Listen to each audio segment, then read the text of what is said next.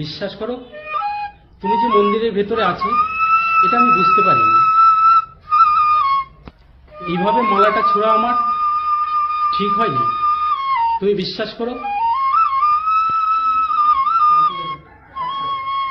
মা, আমাকে তুমি ক্ষমা করে দিও। এরকম একটা অকল্যাণ ঘটনা ঘটে যাবে আমি বুঝতে পারিনি। বিশ্বাস করো, আমার মনে কোনো পাপ ছিল না। তুমি দয়া করে আমাকে ক্ষমা করে দিও।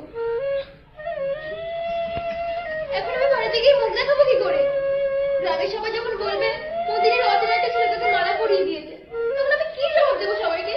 সরি, এতে তুমি যে শাস্তি আমায় দেবে আমি মাথা পেতে নেব। সবই মায়ের ইচ্ছা, তোমার কোনো দোষ নেই। মা যা করে মঙ্গলের জন্যই করে।